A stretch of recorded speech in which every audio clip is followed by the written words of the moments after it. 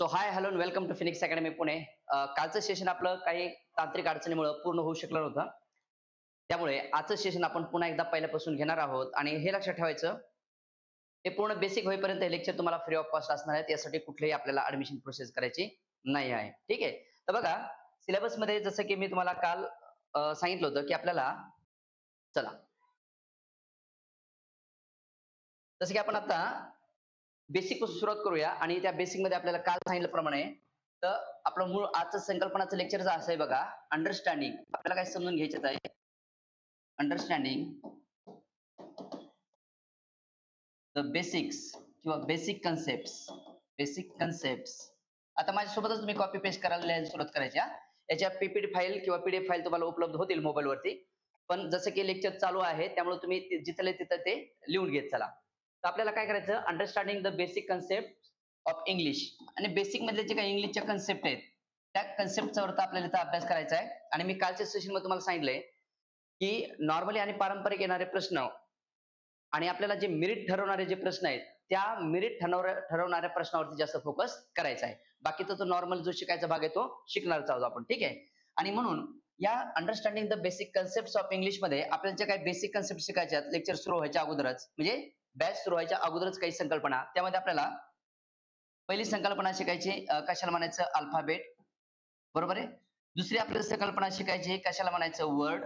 एक संकल्पना शिकायची आपल्याला. तिसरी संकल्पना शिकायची आपल्याला कशाला म्हणायचं, फ्रेज. PHRASE. आता कधी कधी काय होतं बघा, या आयोगानं या फ्रेज वरती एक क्वेश्चन विचारलाय बघा, आहे ना. म्हणजे शब्द एकच दिलाय आणि सांगितलं ती वर फ्रेज आहे का नाही.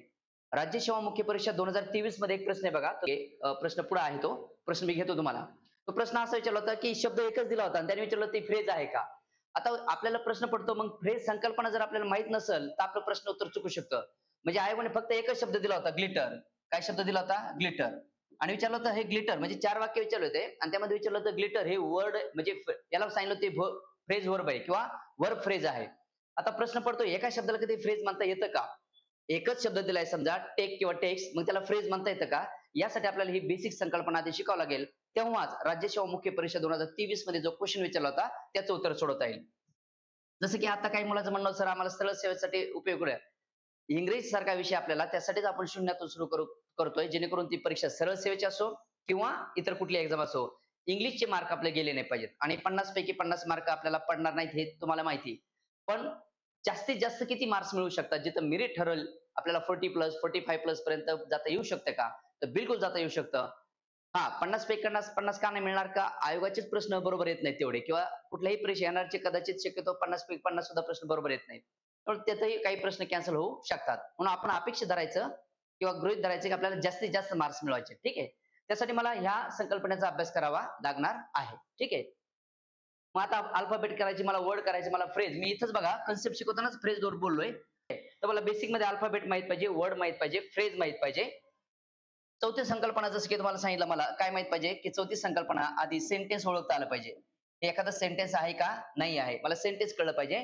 आणि पाचवी एक संकल्पना आपण इथे शिकून घेणार आहोत की एखादं सेंटेन्स आणि क्लॉज मध्ये नेमका काय फरक असतो. सॉरी.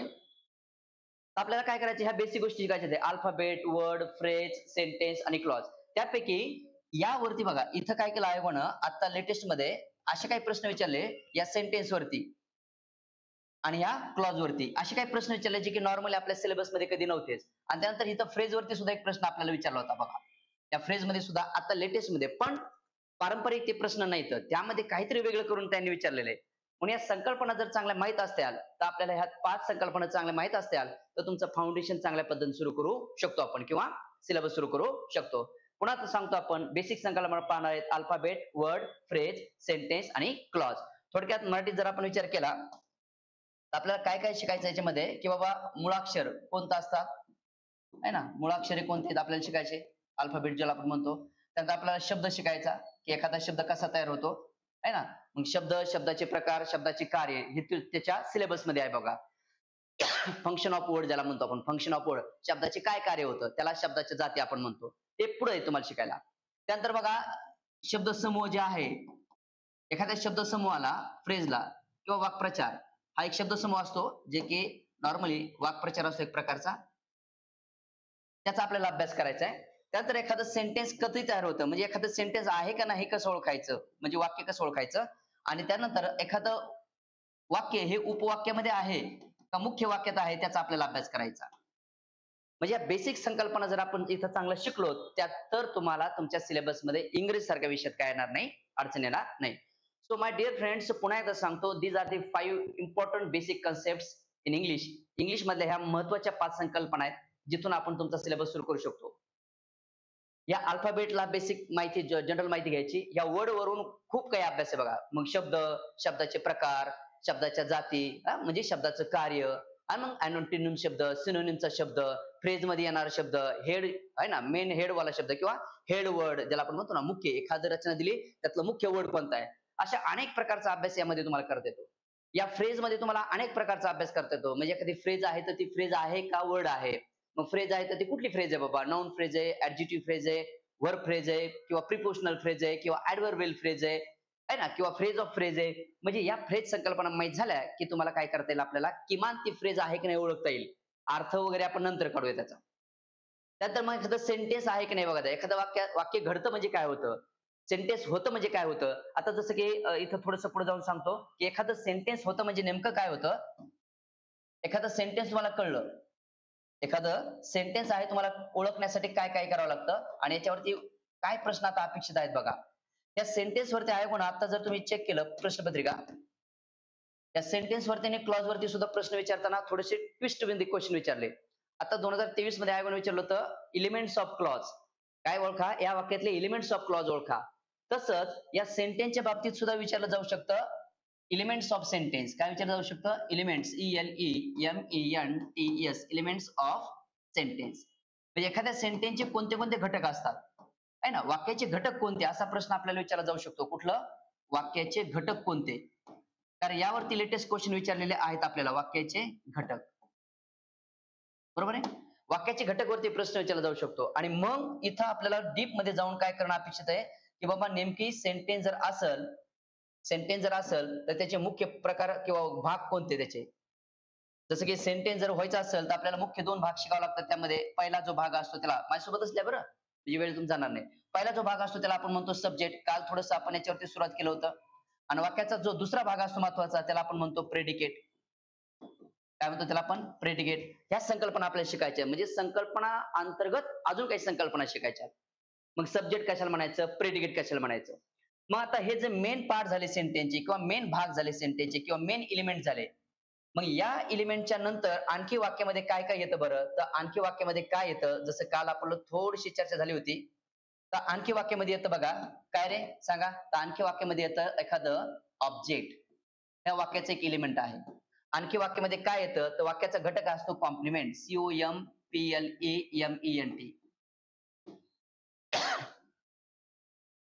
म्हणजे सांगायचं तात्पर्य काय की एखाद्या संकल्पनेच्या अंतर्भूत आणखी काही संकल्पना आहेत का म्हणजे मी पुन्हा एकदा सांगतो की एका विशिष्ट लेवल पर्यंत तुम्हाला माहिती आहे तर तुम्ही पास कडे चाललात पण मेरिट मध्ये बसणार नाहीत तुम्हाला इथपर्यंत माहिती हे माहिती आहे पण याच्या पुढे आणखी काही शक्यता आहे का याच्या पुढे आणखी काही घडतं का किंवा काही शक्यता आहेत का या सगळ्या शक्यता माहित असणं म्हणजे तुम्ही मेरिट मध्ये बसणं होय म्हणजे आता पारंपरिक उगाच मला येतं इंग्रजीचा क्लास केलाय किंवा इंग्रजी माहिती मला जमतून परीक्षा देतो पास होत नाही असं नाही किंवा चांगले मार्क्स पण मिळतील पण ते पोस्ट होल्डिंगचे मार्क असतील का याबद्दल थोडी शंका असते म्हणून आपल्याला काय करायचंय सांगतानाच मी सांगितलं तुम्हाला 0 व्हावं लागेल इथं काय व्हावं लागेल 0 शून्य you are nothing but 0 in this class जर तुम्ही शून्य होऊन स्वतःला जर अभ्यास करायला सुरुवात केलं तर बऱ्यापैकी चांगल्या संकल्पना तुमच्या काय होतील क्लिअर होतील पुन्हा एकदा सांगतो पण आपण एक एक संकल्पनेचा अभ्यास करणार आहोत त्यानंतर मग तिथं आपल्याला आणखी खोलवर मी फक्त एकदा तुम्हाला डायग्राम मध्ये सांगतो हे सगळ्या गोष्टी आपल्याला शिकायच्या आहेत बघा आता कुठली गोष्ट शिकवायची मला सब्जेक्ट सुद्धा शिकवायचा आहे इन डेप्थ मध्ये शिकवायचा आहे मला प्रेडिकेट सुद्धा शिकवायचा डिटेल्स मध्ये शिकवायचा दोन्ही संकल्पना शिकवायच्या चांगल्या त्यानंतर मला तुमचं काय पण शिकावं लागणार आहे बेसिक मधलं ऑब्जेक्ट ही संकल्पना शिकावं लागणार आहे कोणती ऑब्जेक्ट की बाबा एखादं ऑब्जेक्ट होतं म्हणजे काय होतं ऑब्जेक्ट कोणाला म्हणायचं नेमकी त्याचा अभ्यास करायचा आहे एखादं कॉम्प्लिमेंट होतं तर कसं होतं मला त्याचा अभ्यास करायचा आहे आणि या संकल्पना जर माहित करत गेलो आपण की नंतर मग आपल्याला कळतं बाबा एखादा सब्जेक्ट कोण असू शकतो बाबा एखादा सब्जेक्ट कोण असू शकतो बाबा एखादा ऑब्जेक्ट कोण असू शकतो एखादा कॉम्प्लिमेंट कोण असू शकतो प्रेडिकेट कोण असू शकतो म्हणजे सेंटेन्स ही संकल्पना पाहिल्यानंतर ह्या बेसिक गोष्टी आपल्याला माहित असल्या पाहिजेत. नंतर आपण सांगू शकतो ते सिंपल सेंटेन्स आहे का कंपाऊंड सेंटेन्स आहे का कॉम्प्लेक्स सेंटेन्स आहे का कंपाऊंड कॉम्प्लेक्स सेंटेन्स आहे का क्लॉज मधलं सेंटेन्स आहे, त्या नंतरच्या गोष्टी झाल्या सिलेबस मधल्या. आता मला काय माहित पाहिजे बाबा, सेंटेन्सची संकल्पना माहित पाहिजे, म्हणजेच एलिमेंट्स ऑफ सेंटेन्स काय काय असतात. So these are the elements of sentence. हे आहेत एलिमेंट्स ऑफ सेंटेन्स. पुन्हा एकदा सांगतो, these elements of subjects are nothing but elements of clauses. आणि हेच एलिमेंट्स असतात क्लॉजेसचे. कारण क्लॉज आता बघा, क्लॉज आणि सेंटेन्स मधला फरक जोपर्यंत आपल्याला कळत नाही तोपर्यंत सेम एलिमेंट्स असतात हे आपल्याला कळणार नाही. म्हणून मी काय सांगितलं तुम्हाला संकल्पनामध्ये, ह्याच्या काही 5 संकल्पना आपण शिकणार: अल्फाबेट, वर्ड, फ्रेज, सेंटेन्स आणि clause.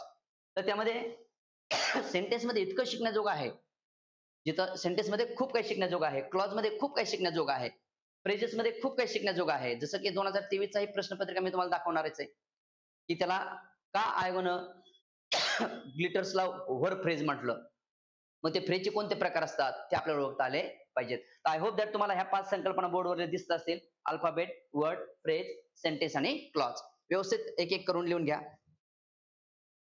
Good evening, good evening, all clear, good evening. हा, ठीक आहे, बरोबर आहे, समजते का नाही समजत? चला आता मग काय करू, या 5 संकल्पनेच्या नंतर आपल्याला हा एक डायग्राम काढून घ्या की सेंटेन्स मध्ये आपल्याला अशा काही संकल्पना शिकायच्या. सेंटेन्स मध्ये सब्जेक्ट शिकायचं, सेंटेन्स मध्ये ऑब्जेक्ट शिकायचं, प्रेडिकेट शिकायचं आणि कॉम्प्लिमेंट शिकायचं. हा एक डायग्राम इथे व्यवस्थित काढून घ्या. तुम्हाला याच्या नोट्स मिळणारच आहेत नाही असं नाही, पण लाईव्हचं फील घ्या. आणि कोणाला काही अडचण येत असेल तर तुम्ही कमेंट करू शकता, कमेंट करू शकता. डन का नाही डन? झालं. चला बघूया आपण पहिली संकल्पना. बघूया आपण पहिली संकल्पना. आणि पहिली संकल्पना काय आपली? अल्फाबेट. हे अल्फाबेट काय भानगडे, ज्यांनी लेक्चर केलंय त्याला माहिती. बघा पहिली संकल्पना आपण इथं शिकतोय, अल्फाबेट, मुळाक्षर कशा असतात. अल्फाबेट ज्याला आपण बाराखडी सुद्धा असं म्हणू शकतो. ते काय पहिलं आपलं अल्फाबेट. लक्षात ठेवायचं. म्हणजे सरळ सेवेच्या पोरांनी लक्षात ठेवायच्या गोष्टी त्या. साध्या साध्या अगदी 5वी 6वी पासून सुरुवात करू आपण आता. किती पासून? 5वी 6वी पासून. हे अल्फाबेट आहे ना, आपण शाळेमध्ये शिकलो A B C D E F G H I J K, यांना काय म्हणतो आपण? अल्फाबेट म्हणतो. पुन्हा लक्षात ठेवा, कधी कधी असं वाटत नाही की अरे आम्ही एमपीसीचा अभ्यास करतो, आम्ही मोठ्या परीक्षेचा अभ्यास करतो आणि आम्हाला एबीसीडी सर शिकू लागले. तर इथूनच तुमची खरी सुरुवात होणार आहे, हे लक्षात ठेवायचं. इथूनच तुमची खरी सुरुवात होणार आहे. तर याच्यावरती स्पर्धा परीक्षेत एक प्रश्न अपेक्षित असतो. तो प्रश्न अपेक्षित कसा असतो बघा. जसं की मी इथे एक वाक्य लिहितो बघा, इथे एक वाक्य लिहितो, जरा वाक्याकडे बघून घ्या. वाक्य लिहितो बघा, असं वाक्य लिहिलं, थोडस पेन मोठा करतो. असं एक वाक्य बघा, there are 26 alphabets. There are 26 alphabets in English. असं एक वाक्य येतं बघा, there are 26 alphabets in English.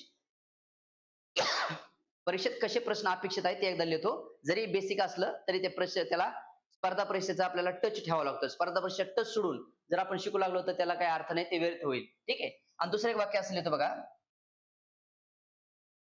Sanjana, Sanjana है ना, संजना असे वाक्य दा, Sanjana wrote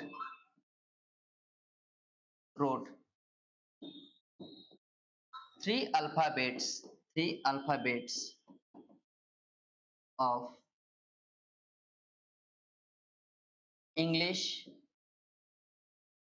Latin and Hindi each. असा एक प्रश्न बघा. आणि सरळ सरळ विधान असू शकतो, choose the grammatically correct statement. यामधलं करेक्ट स्टेटमेंट ओळखा. जसं की आता आपली अल्फाबेटिक संकल्पना आपल्या समोर आहे आणि इथं मी अल्फाबेटलाच तुम्हाला फोकस करून दाखवतो. इथं सुद्धा मी अल्फाबेटचा वापर केलाय आणि इथं सुद्धा मी अल्फाबेटचा वापर केलेला आहे. एकदम बेसिक बेसिक संकल्पना आहे, बेसिक आहे एकदम. मग दोन्ही ठिकाणी मी अल्फाबेट संकल्पनावरती क्वेश्चन लिहिलेले आणि इथं आपल्याला अल्फाबेट संकल्पनाला शिकवायचे. या अगोदर ज्या विद्यार्थ्यांनी बॅच केलेली आहे त्यांना एका मिनिटात उत्तर कळलंय तुम्हाला.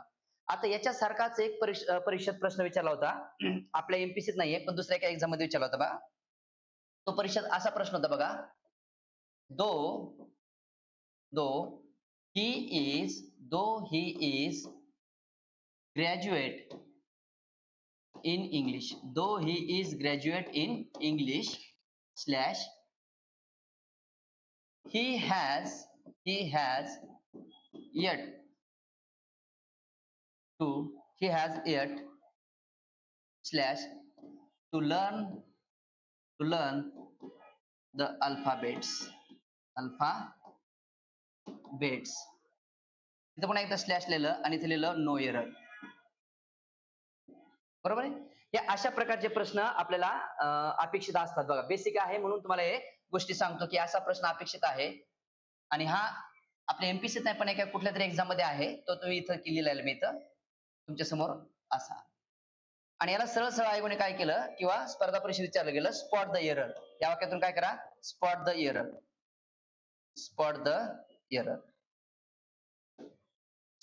म्हणजे या वाक्यात कुठं एरर आहे का असं सांगा. मग जर आपल्याला अल्फाबेट ही संकल्पना जर चांगली माहित असेल तर या प्रश्न उत्तर सोडवायला आपल्याला सोपं जातं. या प्रश्न उत्तर सोडवता आलं म्हणजे या प्रश्न उत्तर सोडवता आलं आणि अशा हजारो प्रश्नाचे सोडवता आलं उत्तर जर मला मूळ संकल्पना मूळ अक्षर किंवा मूळाक्षरे ही जर कळलं तर नॉर्मली जर तुम्ही इंग्लिश मध्ये पाहिलं तर येस इंग्लिश मध्ये अल्फाबेटचा जर विचार केला तर इंग्लिश मध्ये अल्फाबेट आपले किती सापडतात 26 सापडतात. बरोबर. मग स्वर आणि व्यंजन आपण ते नंतर बोलूया पण मूळ अक्षर आपल्याकडे 26 आहेत. A B C D E F G H I J K L M N O P Q R S T V W X Y आणि झेड असे मूळ अक्षर आपल्याला 26 सापडतात. पण संकल्पना कशी लपली बघा त्या 26 मूळाक्षरांना अल्फाबेट म्हणावं का अल्फाबेट्स म्हणावं इथं आपलं संकल्पना लपली. अल्फाबेट म्हणावं की अल्फाबेट्स म्हणावं. ठीक आहे. आता बघा नेमकी कसं आहे ते. मग यासाठी मला काय करावं लागतंय बघा एक गोष्ट शिकावं लागते बघा. जर बघा स्टार पॉइंट इथं मी जे काही स्टार पॉइंट सांगेल ना ते अतिशय महत्वाच्या इथं जे काय मी स्टार पॉइंट सांगेल तुम्हाला स्टार पॉइंट कुठे गेला स्टार पॉइंट आपला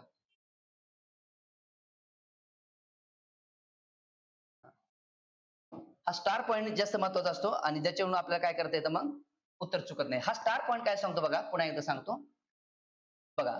जर नीट लक्ष ठेवायचं मी मराठीत लिहून देतो जर एकाच भाषेचे मी कुठली एकच भाषा जर वापरत असेल बघा तुम्ही ज्यांनी बॅच केली त्याला माहिती जर एकाच भाषेचे अनेक अल्फाबेट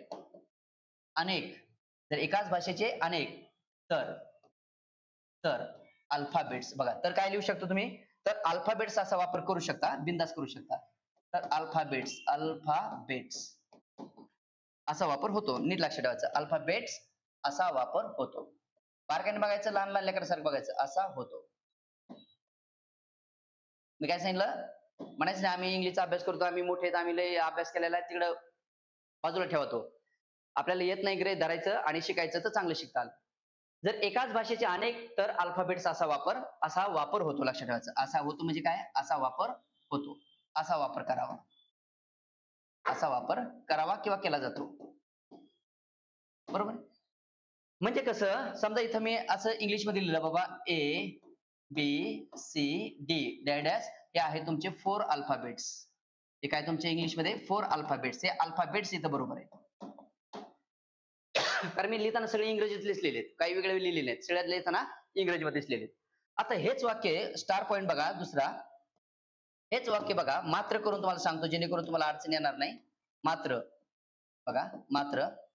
जर भाषा वेगवेगळ्या सांगितल्या असेल मात्र वेगवेगळ्या भाषेचे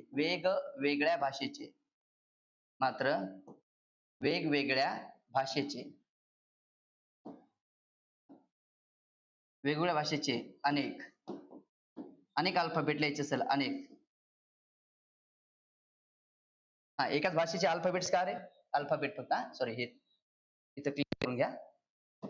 एकाच भाषेची वरती लिहिले आपण जर एकाच भाषेचे अनेक तर अल्फाबेट असा वापर करावा. जसं की ए बी सी डी हे 4 काय झाले मग alphabet not alphabets extremely sorry alphabet कारण एकच भाषा लिहिली मी.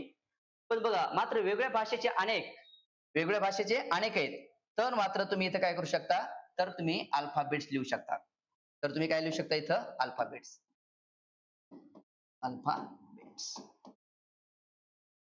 म्हणजे एकच भाषा असेल तर तुम्ही 10 जरी लिहिले 26 जरी लिहिले तर अल्फाबेट त्याला बेसिक अल्फाबेट म्हणतो आपण कारण भाषा एकच आहे. आणि जर वेगवेगळ्या भाषेचा संदर्भ आला असेल, चायनीज आहे, लॅटिन आहे, जापनीज आहे आणि तिथं अल्फाबेटचा उल्लेख झाला असेल, तर तुमचं जे मूळाक्षर आहेत ते अल्फाबेट्स लिहू शकता तुम्ही. 3-4 अल्फाबेट्स लिहू शकता. कोणतं एक लिहिलं तर काही सांगायची गरज नाही. अल्फाबेट्स ते अल्फाबेटच असणार आहे. ते चायनीज असो, इंग्लिश असो, नाहीतर आणखी कुठल्या भाषेचा असो. ते एकच असल्यामुळे ते अल्फाबेट राहील. मग आता लक्षात काय ठेवायचं, एकाच भाषेचे अनेक असतील तर अल्फाबेट आहेत आणि वेगवेगळ्या भाषेचे असतील तर मग ते अल्फाबेट्स होऊ शकतात. हा अल्फाबेट शब्द वापरण्याचा पहिला फंडा आहे. आणि मग त्यावरती इथं प्रश्न मी असा लिहिला होता, काय की there are 26 alphabets in English. मी कुणाचा संदर्भ घेतलाय बरं इथं सांगा? मी कुणाचा संदर्भ घेतलाय? इथं इंग्लिश शब्दाचा संदर्भ घेतलाय मी. कुणाचा? इंग्लिश शब्दाचा. भाषा किती? एकच. आणि जर भाषा एकच असेल तर मला काय वापरता येणार नाही तुमचं? सांगा, काय वापरता येणार नाही मला? हे अल्फाबेट शब्द असं वापरता येणार नाही. हा अल्फाबेट शब्द असं वापरता येणार नाही. परीक्षेत नेमके असंच घडतं बाबा, ते अल्फाबेट्स मध्ये आपल्याला गोंधळ करून टाकतात. दुसरं वाक्य काय? म्हणजे पहिलं वाक्य ग्रामॅटिकल काय झालं रे? पहिलं तर व्याकरण दृष्ट्या चुकीचं आहे किंवा संकल्पना त्याची चुकीची लिहिली ती. कारण एकच इंग्लिश लिहिलं ते अल्फाबेट्स होणार नाही. Same. Sanjana wrote 3 alphabets. Sanjana wrote 3 alphabets. बघा एकदा. Sanjana wrote 3 alphabets of English, Latin and Hindi each. म्हणजे इंग्लिशचे 3, लॅटिनचे 3 आणि हिंदीचे असे प्रत्येकी 3-3 अल्फाबेट्स लिहिलेले. नाव आता तुम्ही जर पाहिलं तर तुम्हाला संदर्भ भाषा वेगवेगळे दिसतात. आणि मग वेगवेगळ्या भाषा असतील तर तुम्ही अल्फाबेट लिहू शकता का नाही अल्फाबेट्स? तर अल्फाबेट्स लिहू शकता, जे की इथं अल्फाबेट्स आहे, जे की बरोबर आहे. समजते का बघा? आता इथं मात्र जो अल्फाबेट्स लिहिलाय तो काय लिहिलाय मी? बरोबर लिहिलाय. बघा समजते का सांगा? इथं जो लिहिलेला अल्फाबेट्स आहे तो बरोबर आहे, कारण आता मात्र भाषा काय दिली मी? वेगवेगळी दिलेली. एकदम बेसिक संकल्पना, फार काय रॉकेट सायन्स नाही याच्यामध्ये. काय फार काही खूप कष्ट करावं लागतं, खूप नियम पाठ करावं लागतात असं काही नाही. सॉरी. एकच भाषा असेल तर अल्फाबेट लिहा, अनेक भाषांचा संदर्भ आला असेल तर अल्फाबेट्स लिहा. एकदम बेसिक बेसिक माहिती बघा. मग असा एक प्रश्न तुम्हाला एक्झाम मध्ये विचारला होता बघा. Though he is graduate in English, he has yet to learn the alphabets no error. जरी तो इंग्रजीतला ग्रॅज्युएट असला, तरी त्याला अजून अल्फाबेट कळत नाहीत किंवा त्याला अजून अल्फाबेट येत नाहीत असा अर्थ झाला. पुन्हा एकदा चेक करा. इथं काय लिहिलंय मी? Subject English लिहिलाय. संदर्भ सापडला आपल्याला? संदर्भ काय सांगतो? की लँग्वेज एकच आहे. संदर्भ काय सांगतो? लँग्वेज एकच आहे. आणि लँग्वेज जर एक असेल तर तुम्हाला काय वापरता येणार नाही? हे अल्फाबेट्स वापरता येणार नाही. कारण का? भाषा जर एक असेल तर संदर्भ फक्त काय असला पाहिजे? अल्फाबेटचा असला पाहिजे. मग याला असं नाव देतात एक एक्झाम मध्ये. याला नाव असतं ए मध्ये एरर आहे. याला नाव असतं हा गेलं. याला नाव असतं हे बी मध्ये एरर आहे. यांचं म्हणणं असतं नाही ते सी मध्ये एरर आहे. आणि इथं म्हणतात ते डी नो एरर आहे. ते एरर नाही. तर स्पॉट एरर मध्ये आपल्याला कळलं एरर कुठं आहे? एरर सी मध्ये आहे. सी. का? तिथं काय पाहिजे होतं? अल्फाबेट हवे. अल्फाबेट हवे. एकदम बेसिक संकल्पना अल्फाबेटची. म्हणजे याच्यात काय फार काय ताकद लावायची गरज आहे का? नाही. फार काय ताकद लावायची गरज आहे का? नाही. सहज सहज उत्तर काढता येऊ शकतं. समजते का?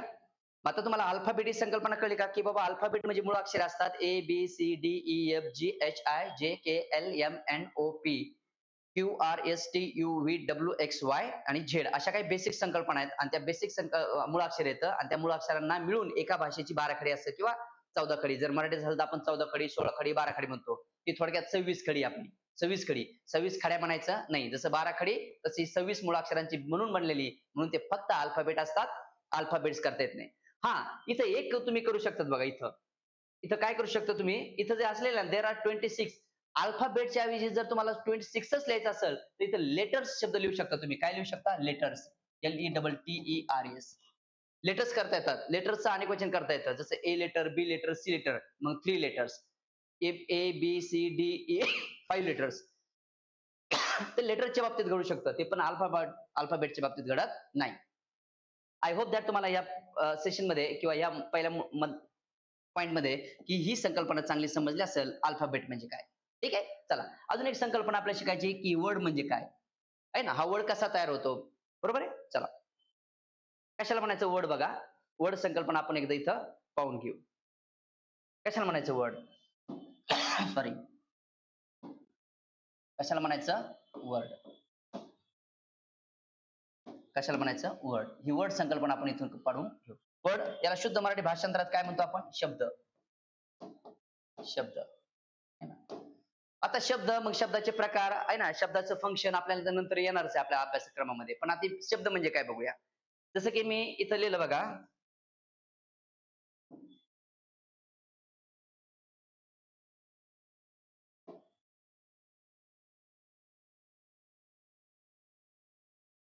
इथं काही मुळाक्षर आहेत बघा, 1 2 3 4 5. थोडक्यात मी असं म्हणू शकतो की इथं थोडक्यात मी काय केलंय, इथं ग्रुप ऑफ अल्फाबेट लिहिलंय बघा. इथं काय लिहिलंय, एक प्रकारचा ग्रुप लिहिला आहे जो की अल्फाबेटचा आहे. हा एक प्रकारचा काय लिहिला मी, ग्रुप लिहिला जो की अल्फाबेटचा आहे. मग एक ग्रुप ऑफ अल्फाबेट आहे. हा ग्रुप ऑफ अल्फाबेट आहे, पण हा वर्ड नाहीये मित्रांनो. हा काही नाहीये, वर्ड नाहीये. हा ग्रुप ऑफ अल्फाबेट आहे, पण हा वर्ड नाहीये. म्हणजे काय, तर ग्रुप ऑफ अल्फाबेट असला पाहिजे, पण त्याला काही ना काही मिनिंग असला पाहिजे. म्हणजे त्या मुळाक्षरांची अशी अरेंजमेंट करावी लागेल, ज्यातनं काही ना काही अर्थ अपेक्षित आहे, काही ना काही त्याचा अर्थ निर्माण होतो. मग वर्ड ही संकल्पनाच काय आहे, की मुळाक्षरांच्या अर्थपूर्ण समूहाला, मराठी व्याकरण तुम्ही शिकलात बघा. मुळाक्षरांच्या अर्थपूर्ण समूहाला शब्द असे म्हणतात. शिकला की नाही मराठीमध्ये? शिकला की नाही? हां. मुळाक्षरांच्या अर्थपूर्ण समूहाला, म्हणजेच मी असं म्हणू शकतो का याची संकल्पना काय? The meaningful, MEANING, meaningful arrangement, the meaningful arrangement of alphabet is called word. It's called word. The meaningful arrangement of alphabet is called word. मुळाक्षरांच्या अर्थपूर्ण समूहाला, मुळाक्षरांच्या अर्थपूर्ण बांधणीला, मांडणीला काय असं म्हणतात? शब्द असे म्हणतात. काय असं म्हणतात? शब्द असे म्हणतात. बरोबर आहे. मग आता कसं, जसं इथं पण हा ग्रुप ऑफ अल्फाबेट आहे, पण वर्ड नाहीये. मग मी इथं काय करतो, त्याला काय करतो, असं लिहितो DEA. बघा, डी लिहिला, ई लिहिला, ए लिहिला, आणि त्यात लिहिलं पुढे TH, टी लिहिला आणि एच लिहिला. आता बघा हा शब्द तयार झाला माझा, डेथ. म्हणजे ह्याचा उच्चार पण करताना छान वाटतो, आणि हा एक प्रकारचा ग्रुपच आहे बघा. आता तुम्हाला चांगलं संकल्पना कळली असेल. हा एक प्रकारचा ग्रुप ऑफ अल्फाबेट आहे. ग्रुप ऑफ अल्फाबेट आहे. ग्रुप ऑफ काय? अल्फाबेट आहे. आणि हा ग्रुप ऑफ अल्फाबेट आहे आणि मिनिंगफुल आहे. याला काय आहे? अर्थ सुद्धा आहे. मिनिंगफुल, याला काय आहे? अर्थ आहे.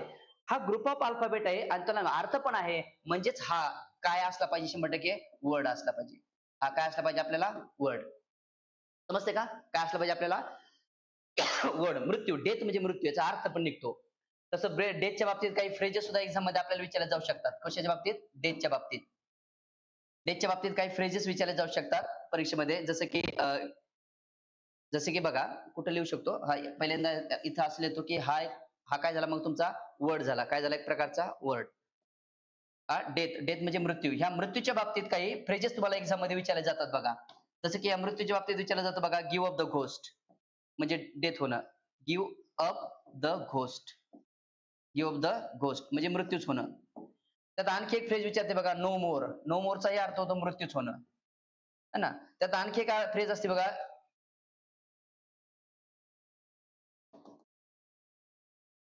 त्यात आणखी एक फ्रेज विचारतात बघा, take the last breath. Take the last breath, take the last breath. तर त्याचाही अर्थ मृत्यू होणंच होतो, डेथच होतो. किंवा आणखी एक बघा, kick the bucket. Kick the bucket, KICK, kick the bucket, kick the bucket. या सगळ्यांचा अर्थ म्हणजे डेथ. डेथ म्हणजे या सगळ्यांचा अर्थ होतो मृत्यू. काय होतो अर्थ याचा? मृत्यू. टू डाय, मरणे. टू डाय, टू डाय. ही झाली ऍडिशनल आपल्याला माहिती. ही झाली तुमची ऍडिशनल आपल्याला माहिती आहे ना. म्हणजे हे काय आहे ते कळलं. त्याच्यात एक्स्ट्रा माहिती बाबा, डेथच्या बाबतीत किंवा मरण्याच्या बाबतीत काही इंग्लिशमध्ये फ्रेज विचारतात. जसं गिव्ह अप द घोस्ट आहे, त्यानंतर नो मोर आहे, टेक द लास्ट ब्रीथ आहे, किक द बकेट आहे. या सगळ्यांचा अर्थ होतो टू डाय. सगळ्यांचा अर्थ काय होतो? To die. म्हणजे मूळ संकल्पना शिकत होतो मी, वर्ड ज्याला अशी अरेंजमेंट करायची मुळाक्षरांची, ज्याला काही ना काही असला पाहिजे, अर्थ असला पाहिजे, त्यालाच म्हणतो आपण शब्द.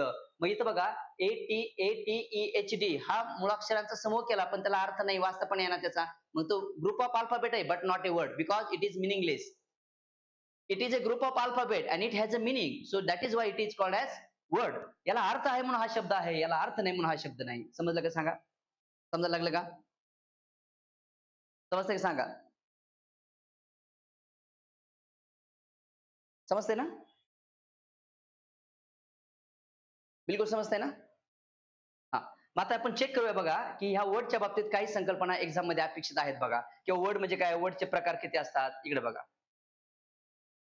हा जो वर्ड असतो ना इंग्रजीमध्ये, हा जो वर्ड आहे, नीट लक्षात ठेवायचं, हा जो वर्ड आहे ना, हा दोन प्रकार जे वापरता येतो बघा. वर्डचा वापर दोन पद्धतीत करता येतो. वर्डचा वापर आपण दोन पद्धती करू शकतो.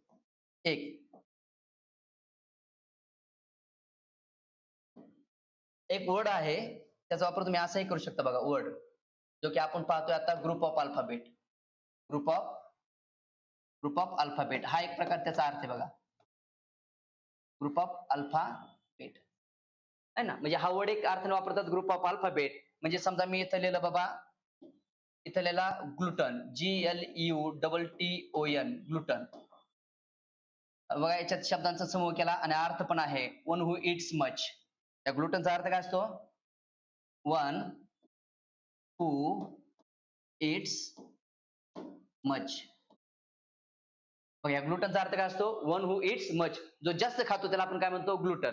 जो जास्त खातो त्याला काय म्हणतो आपण? Gluten. One who it's much, ज्याला आपण मराठीत काय म्हणतो? खादाड. काय म्हणतो त्याला आपण? खादाड. खादाड म्हणतो आपण त्याला, खादाड. ग्रुप ऑफ अल्फाबेट आहे gluten. One who it's much, हा एक मिनिंग निघतो वर्डचा बघा. हा एक मिनिंग निघतो वर्डचा. आणि वर्डचा आणखी एक मिनिंग निघतो बघा. वर्डचा आणखी एक मिनिंग निघतो, त्याचं नाव असतं बघा, त्याचा अर्थ असतो बघा प्रॉमिस. या वर्डचा दुसरा अर्थ आहे बघा प्रॉमिस. प्रॉमिस, प्रॉमिस म्हणजे वचन. याचा एक अर्थ असा असतो बघा, वचन. म्हणजे एक वर्ड असतो जो की नॉर्मल ग्रुप ऑफ अल्फाबेट म्हणून वापरला जातो, आणि एक वर्ड असतो त्याचा दुसरा एक मिनिंग असतो, त्याचा अर्थ होतो प्रॉमिस. डायरेक्ट अर्थ आहे त्याचा प्रॉमिस. मग हा वर्ड जो शब्द, आधी शब्दावर बघूया, मग त्याचा नंतर अभ्यास करूया. हा वर्ड वापरला जातो एक्झाम मध्ये कसा, किंवा हा वर्ड परीक्षेत सेंटेन्स मध्ये कसा येऊ शकतो, की याच्यावरती क्वेश्चन कसा विचारला जाऊ शकतो. जसं अल्फाबेटच्या बाबतीत घडतं, तसंच या वर्डच्या बाबतीत सुद्धा घडतं. मग ते काय घडतं, जरा इकडे लक्ष द्या. पहिल्या लक्ष द्या, वर्डला दोन्ही पद्धती वापरता येतं. एक जनरल वर्ड, जसं Radha, Meera, Geeta, India, city, country, word, आहे ना, एक प्रकारचे काय सगळे वर्ड्स आहेत, वर्ड आहेत, आहे ना, ग्रुप ऑफ अल्फाबेट केलेले. आणि दुसरा एक त्याचा अर्थ आहे बघा, त्या वर्डचा अर्थ असतो प्रॉमिस. जसं आपण म्हणतो का, यार तुम्हाला मी पूर्ण बेसिक फ्री शिकवीन, असा मी तुम्हाला शब्द देतो. मग असा मी शब्द देतो, याचा अर्थ काय करतोय तुम्हाला मी, तसं प्रॉमिस करतोय, तसं काय देतो तुम्हाला मी, वचन करतोय, वचन देतोय तुम्हाला. मग वचन या अर्थाने जेव्हा वर्ड वापरला जाईल, तेव्हा तो वर्ड असतो का वर्ड्स असतो. आणि जनरल सेन्सने जेव्हा आपण ग्रुप ऑफ अल्फाबेट म्हणून वापरू, तेव्हा तो वर्ड असतो का वर्ड्स असतो. हा आहे आपला अभ्यासाचा, म्हणजे मूळ संकल्पनेचा इथला अभ्यास. ठीक आहे. तर इकडे बघा, या वर्डच्या बाबतीत काय घडतं, या वर्डच्या बाबतीत काय घडतं बघा. बघा स्टार पॉईंट सांगतो, स्टार पॉईंट महत्वाचा आहे. तो स्टार पॉईंट कसा बघा, कोणाच्या बाबतीत आहे हा, कोणाच्या बाबतीत आहे पोरांनो, हा वर्डच्या बाबतीत आहे, वर्डच्या बाबतीत. कोणाच्या बाबतीत, वर्ड. बघा म्हणजे जेव्हा केव्हा एक्झाम येईल तेव्हा लक्षात ठेवायचं बघा. अरे बापरे, हे काय झालं बघा. तुम्हाला वर्ड घेतलं तुम्ही, पण वर्डचा वापर, वर्डचा वापर, वर्डचा वापर केवळ केवळ ग्रुप ऑफ अल्फाबेट, वर्डचा वापर केवळ ग्रुप ऑफ अल्फाबेट, वर्डचा वापर केवळ ग्रुप ऑफ अल्फाबेट म्हणून झाला असेल, म्हणून म्हणून झाला असेल. कोणाचा वापर, वर्डचा, म्हणून झाला असेल.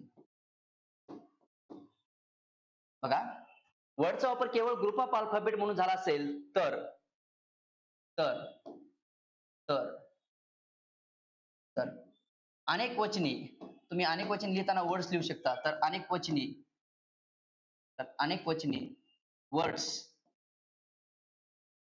अनेक वचनी वर्ड्स असा वापर करता येतो, असा वापर करता येतो. बारकाईने एक एक मुद्दा लक्षात ठेवा, असा वापर करता येतो, असा वापर करता येतो.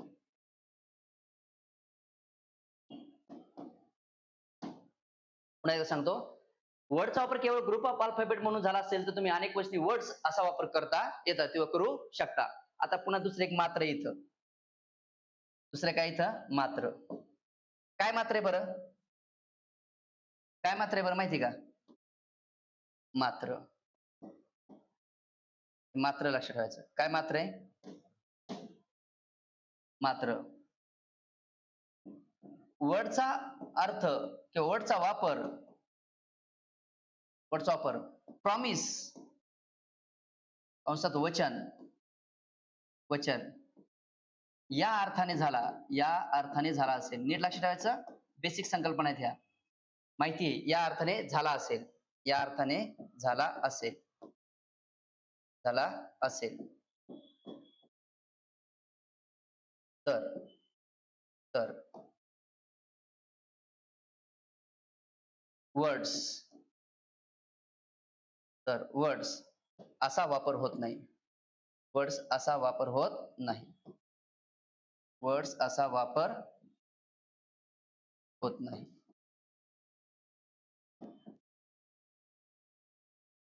फायदा. जर वर्डचा वापर प्रॉमिस किंवा वचन या अर्थाने जर झाला असेल तर तुम्ही वर्ड्स असा वापर करू शकत नाही. का नाही करू शकत? कारण त्याचा अर्थ होतो प्रॉमिस आणि प्रॉमिस असताना तो वर्ड्स असा शब्द घ्यायचा नाही.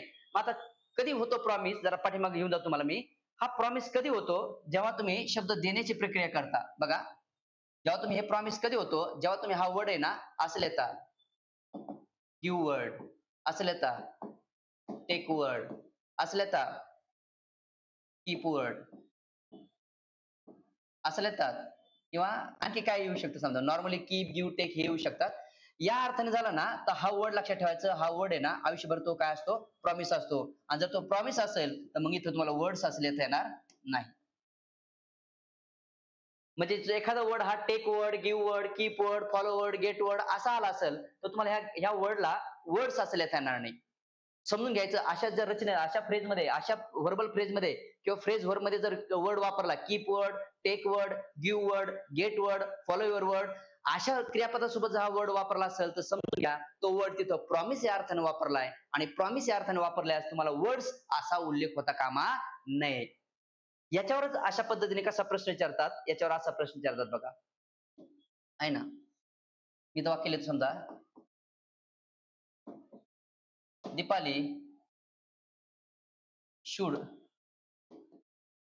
keep her words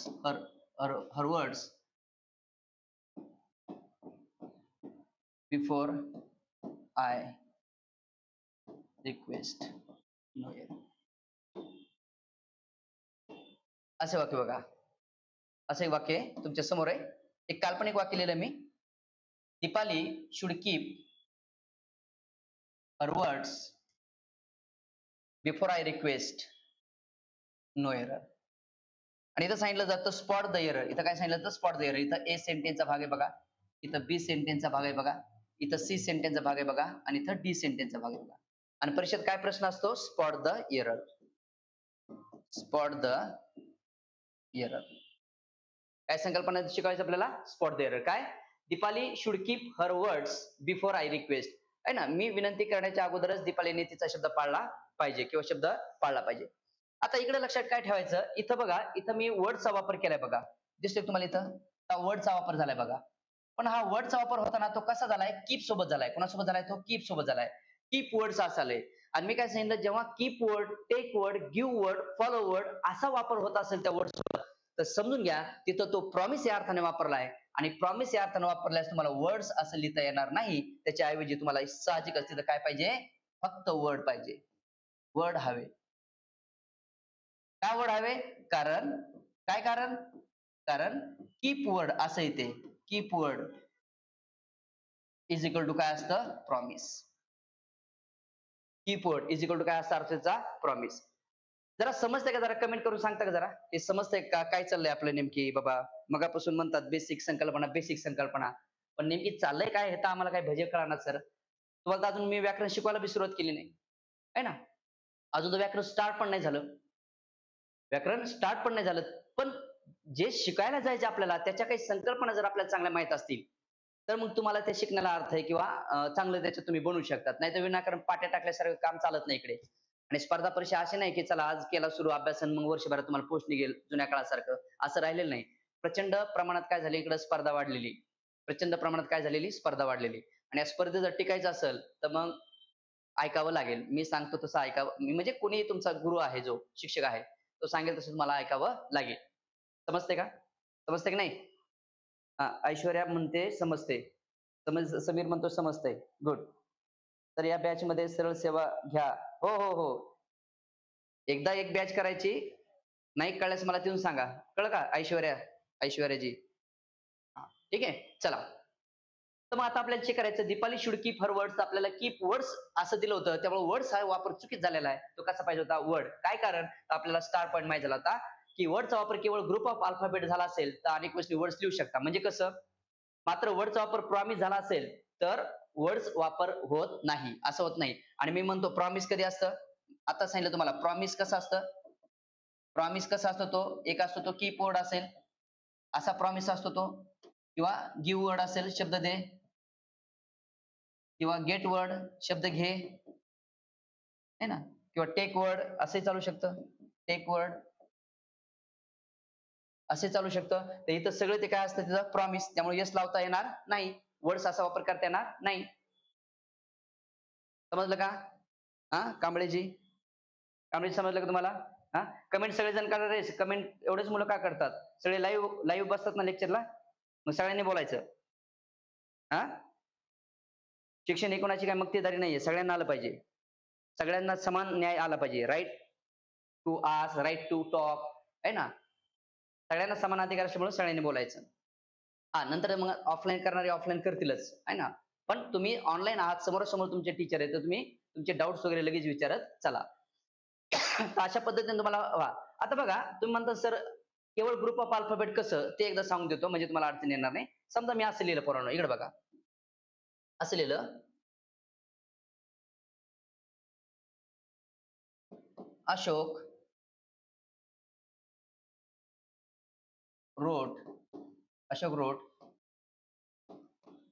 many words on the wall, many words on the wall, असं हे वाक्य बघा. Ashok wrote many words on the wall. अशोकने भिंतीवरती भरपूर शब्द लिहिले. काय काय लिहिले आता माहित नाही, काय केलेले माहित नाही, पण लिहिले. Ashok wrote many words on the wall. आता बघा सॉरी, आता बघा इथं जो मी लिहिलोय वर्ड्स, हा वर्ड्स लिहिले बघा मी वर्ड्स, आणि काय म्हणलोय मेनी म्हणलं, अनेक अनेक लिहिलेत म्हणतो. पण हा वर्ड्स मला सांगा, पहिल्यांदा तो मेनी असल्यामुळे वर्ड्स बरोबर लिहायचा का नंतर ठरवू आपण. आधी हे सांगा तो वर्ड्स प्रॉमिस आहे का?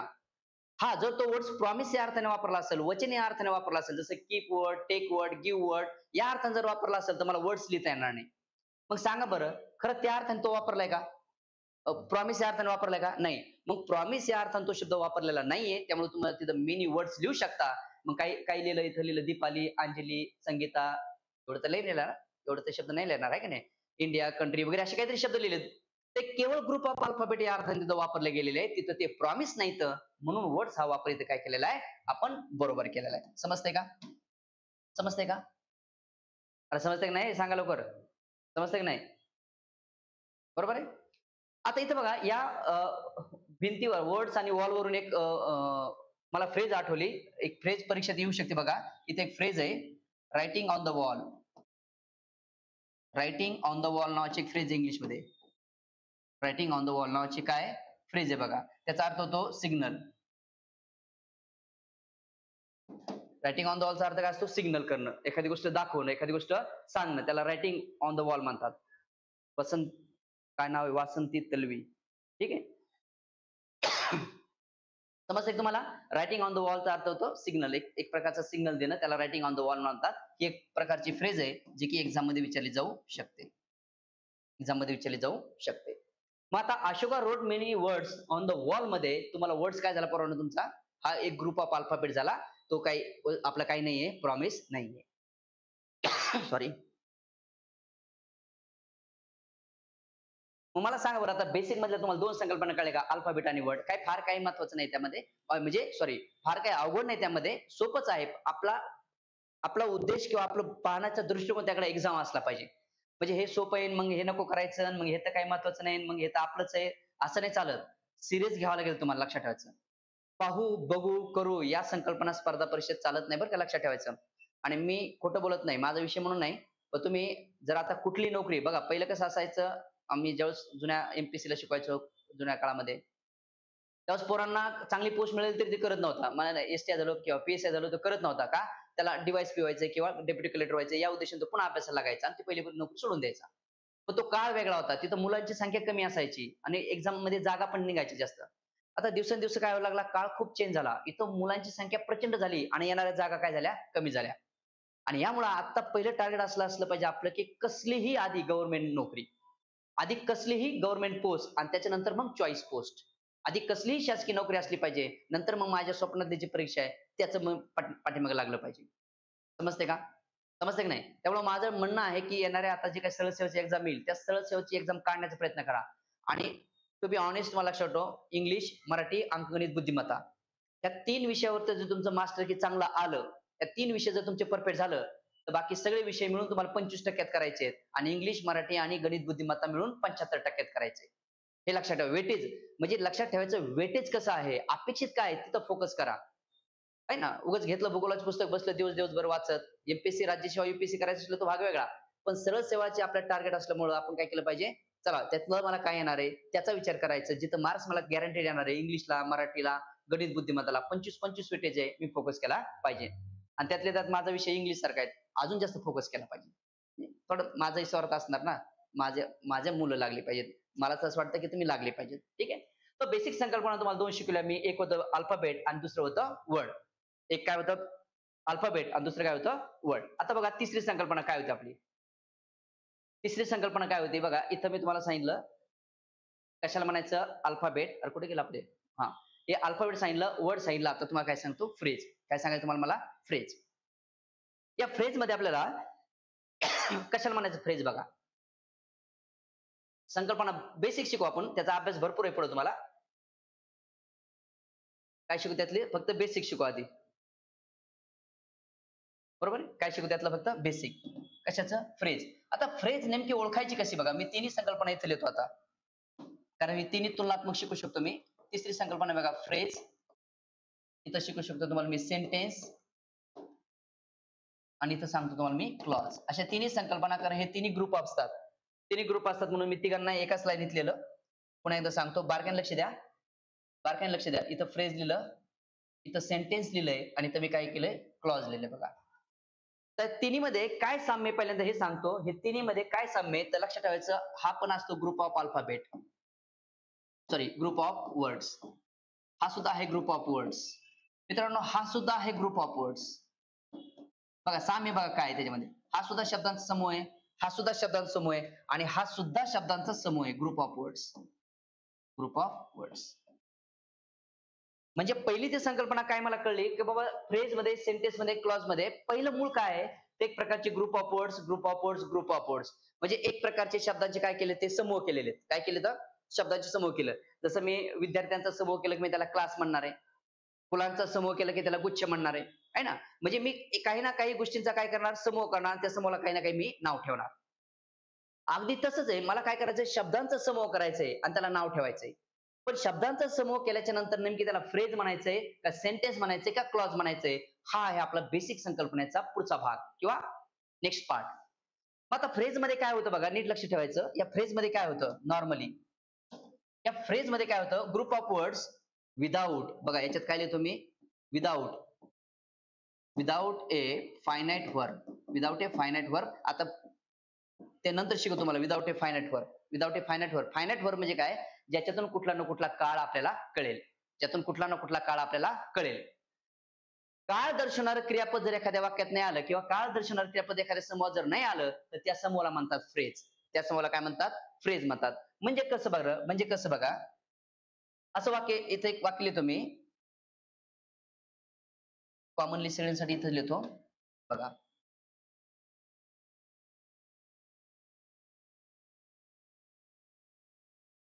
I saw her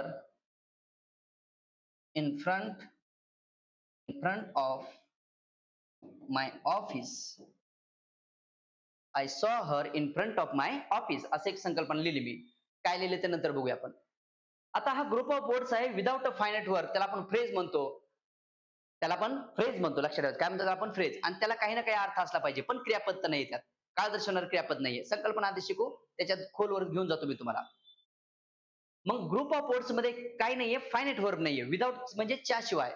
च्या शिवाय म्हणजे हे नाहीये. काय नाहीये ज्याच्यात फायनाइट वर्ब नाही. ज्याच्यातून काळ कळतो सिंपल प्रेझेंट, सिंपल पास्ट असं काळ दर्शवणारं क्रियापद नसलं की त्याला काय म्हणतो आपण फ्रेज म्हणतो. फक्त इथं अपवाद आहे बघा एक अपवाद.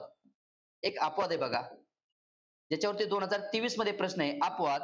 अपवाद बघा. अपवाद वर्ब फ्रेज. अपवाद काय वर्ब फ्रेज आणि ती बी कशी इनडायरेक्ट वर्ब फ्रेज. इनडायरेक्ट म्हणजे ते दिसताना कळतच नाही ती फ्रेज आहे, पण ते इनडायरेक्टली ती वर्ब फ्रेज असते. ते कसं त्याबद्दलच आपण अभ्यास करणार आहोत आणि त्याच्यावरच राज्य सेवा मुख्य परीक्षा 2023 मध्ये प्रश्न विचारला आपल्याला. किती? राज्य सेवा मुख्य परीक्षा 2023 मध्ये यावरच क्वेश्चन आहे बघा, यावरच. ते ग्लिटर्सला वर्ब फ्रेज म्हणायचं का नाही म्हणायचं, एखादा नाउन फ्रेज आहे का नाही कसं ओळखायचं ते आपण बोलणार आहोत. पण group of words without a finite verb त्याला आपण म्हणतो फ्रेज. बरोबर आहे. जसं की बघा इथं मी काय करतो, एक अंडरलाईन करतो एका ग्रुप ऑफ वर्ड्सला. ग्रुप ऑफ वर्ड्सला अंडरलाईन केली बघा, in front of my office. In front of my office याला अर्थ आहे की नाही बरं काही ना काही. In front of my office म्हणजे माझ्या ऑफिसच्या समोर. पण मी म्हणालो का माझ्या ऑफिस समोर तो आला, बसला, खेळला, सांगितलं, ऐकलं, रडला, हसला, जेवला, झोपला, असं काही बोललो का बरं मी? असं काही बोललो का? मी असं काहीही बोललो नाही. पण तरी त्याचा अर्थ प्राप्त होतोय आपल्याला. In front of my office वरून तुम्हाला अर्थ कळतोय की माझ्या ऑफिसच्या समोर. मग काय घडलं त्यानंतरच्या गोष्टी. पण in front of my office मध्ये हा एक शब्द, हा एक शब्द, हा एक शब्द, हा एक शब्द, हा एक शब्द. म्हणजे इन एक, फ्रंट एक, ऑफ एक, माय एक, ऑफिस एक. 1, 2, 3, 4, 5. 5 शब्दांचा समूह केलाय, पण त्यात मी काळ दर्शवणारं कुठलंही क्रियापद लिहिलं नाही. म्हणून अशा शब्दांच्या समूहाला इंग्रजीमध्ये काय म्हणतात? फ्रेज. अशा शब्दांच्या समूहाला इंग्लिशमध्ये काय म्हणतात? फ्रेज. मग ती कोणती फ्रेज आहे? हा झाला आपला अभ्यासाचा भाग. कोणती फ्रेज आहे? हा झाला आपल्या अभ्यासाचा भाग. मग ते नाउन फ्रेज आहे का, ऍडजेक्टिव्ह फ्रेज आहे का, ऍडवर्ब फ्रेज आहे का, प्रिपोजिशनल फ्रेज आहे. मग तुम्ही म्हणता मग लगेच सांगून टाका ना. का नाही लगेच सांगू शकत? कारण मी तुम्हाला प्रिपोजिशनच शिकवलं नाही तर प्रिपोजिशन फ्रेज कशी सांगू? ऍडजेक्टिव्हच शिकवलं नाही तर मग ऍडजेक्टिव्ह फ्रेज कशी सांगू? अजून नाउनच शिकवलं नाही तर नाउन फ्रेज कशी सांगू? बरोबर आहे का? किंवा व्हर्बच शिकवलं नाही तर व्हर्ब फ्रेज कशी सांगू? म्हणून आपल्याला आत्ताच्या या बेसिक संकल्पनेमध्ये काय शिकणं अपेक्षित आहे, किंवा फ्रेज असते कशी, ओळखायची कशी, ओळखायची कशी, त्या फ्रेजचा मिनिंग काय होतो लक्षात ठेवायचा, तो आपल्याला कळलं पाहिजे. मग एखाद्या फ्रेज मधून स्थळ दाखवलंय, डायरेक्शन दाखवलंय, वेळ दाखवलाय किंवा आणखी वेगवेगळ्या काही गोष्टी दाखवल्यात का, त्याच्यावरून आपला अभ्यास करावा लागेल. म्हणजे थोडक्यात काय सांगायचं, तुम्हाला फ्रेज बद्दलचा अभ्यास आधी संकल्पना कळली पाहिजे, नंतर ती मग कुठल्या फ्रेज आहे त्यांचा आपण विचार करणार आहोत. जसं की प्रिपोजिशनल फ्रेज, मग त्याचं स्ट्रक्चर तुम्हाला माहित पाहिजे का बाबा, आधी प्रिपोजिशन आलं पाहिजे, मग एखादा नाउन किंवा प्रोनाउन आलं पाहिजे, तेव्हा ती प्रिपोजिशनल फ्रेज तयार होते. प्रिपोजिशनल फ्रेज तयार होते. ह्या नंतरच्या गोष्टी झाल्या. मला सिलेबस मध्ये ते आता नंतर आहे, पण बेसिक मध्ये काय माहित पाहिजे, ती फ्रेज आहे का नाही. जसं की आता तुम्हाला कळलं की in front of my office ही झाली तुमची फ्रेज. जितकी अंडरलाईन केली ती काय झाली तुमची फ्रेज झाली. समजते का पोरांनो? समजते ना? हा, मग आता पुढचं बघा, हा सुद्धा एक ग्रुप ऑफ वर्ड्स आहे बघा. हा सुद्धा एक ग्रुप ऑफ वर्ड्स आहे, पण इथं होतं काय बघा, हॅव्हिंग. हॅव्हिंग म्हणजे असतं, हॅव्हिंग ए सब्जेक्ट, एक कर्ता असतो यामध्ये, having a subject and A predicate. A predicate. आता प्रेडिकेट संकल्पना शिकायची आपल्याला, पुढचं आहे बघा. थोडक्यात मी सांगतो, प्रेडिकेट म्हणजे दुसरं तिसरं काही नसून क्रियापद असतं. जाणे, येणे, बसणे, खाणे, उठणे, खेळणे, आला, बसला, खेळला, सांगितलं, ऐकलं, रडला, बोलला, शिकवलं, अभ्यास केला, पास झाला, वगैरे वगैरे. सब्जेक्ट आणि प्रेडिकेट असणारा शब्दांचा समूह त्याला म्हणतात, आपण काय म्हणतो, सेंटेन्स. फॉर एक्झाम्पल जरी विचार केला आपण बघा, हे वाक्य एकदा व्यवस्थित लिहितो, हे वाक्य एकदा व्यवस्थित लिहितो. I saw her, I saw her in front of my office. आता मी काय केलं असतं, समजा अंडरलाईन यालाच दिली असते तुम्हाला पोरांनो, अंडरलाईन केली असते मी तुम्हाला, यालाच अंडरलाईन दिली असते, याला आय सॉ हरला एवढ्यालाच अंडरलाईन दिली असती आणि सांगितलं असतं हे काय, तर तुमच्या लगेच लक्षात येईल व्याख्या काय सांगते. ग्रुप ऑफ वर्ड्स आहे बघा, हा एक शब्द, हा एक शब्द, हा एक शब्द, आय एक शब्द, सॉ एक शब्द, हर एक शब्द. पण इथं काय झालं बघा, इथं काय झालं, इथं आय नावाचा एक प्रकार काय दिसतो तुम्हाला, आय एक वाक्याचं काय दिसतो तुम्हाला, सब्जेक्ट. सॉ या वाक्याचं काय दिसतं तुम्हाला, वर्ब दिसतंय. हर या वाक्याचं काय पुढे असू नाही तर नसू, देणे घेणं नाही आपल्याला. किंवा इंग्लिशमध्ये या सॉ हरलाच प्रेडिकेट म्हणतात. पुढे शिकवणार आहे तुम्हाला सब्जेक्ट प्रेडिकेट. सध्या बेसिक मध्ये काय, कर्ता सोडून राहिलेला जो भाग असतो ना क्रियापदयुक्त, त्यालाच काय म्हणतात, प्रेडिकेट. मग इथं आय सॉ हर असा शब्दांचा समूह केला मी, ज्याच्यामध्ये एक कर्ता आहे आणि एक क्रियापद सुद्धा आहे. म्हणजे एक कर्ता आहे आणि एक प्रेडिकेट सुद्धा आहे. म्हणजे आता या भागाला मात्र मी काय म्हणणार आहे, तुमच्या याला म्हणणार आहे मी सेंटेन्स. याला काय म्हणणार आहे मी, तुमचं सेंटेन्स. मग आता लक्षात ठेवायचा, फ्रेजेस हा एखाद्या सेंटेन्सचाच भाग असतोय. मग phrases are one of the elements of sentence और क्लॉज. की हे जे फ्रेजेस असतात ते सेंटेन्सचाच भाग असतात.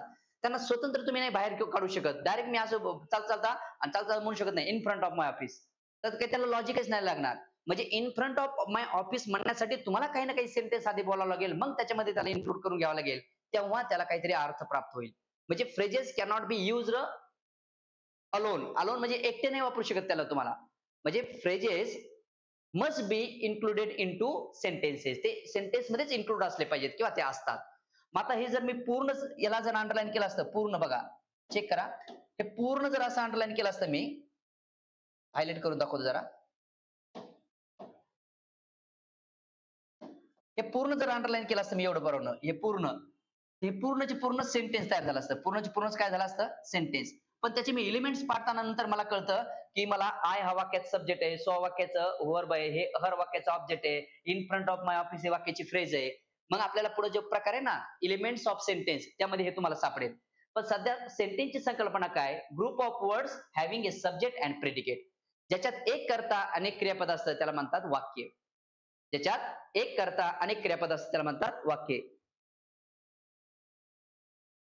थैंक यू ऐश्वर्या जी.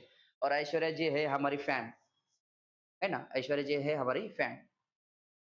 तो थोडक्यात सांगायचं काय की in front of my office ही झाली फ्रेज आणि आय सॉ हर हे झालं सेंटेन्स. आणि पूर्ण जर झालं इथून जर आपण काय सांगितलं, मी आता एवढं जर घेतलं ते सगळं सेंटेन्स आहे. आणि मग एलिमेंट पाहताना किंवा फंक्शन पाहताना मग आपल्याला कळतं आय सब्जेक्ट आहे, सॉ वर्ब आहे, हर ऑब्जेक्ट आहे, in front of my office he phrase आहे. मग कोणती फ्रेज आहे? ते प्रिपोजिशनल फ्रेज आहे का? सुरुवात इन न झाली आणि शेवटला नाम आहे, ज्याची सुरुवात प्रिपोजिशननी आणि शेवट नाम किंवा सर्वनामाने असतो त्याला आपण प्रिपोजिशनल फ्रेज म्हणतो. काय म्हणतो त्याला?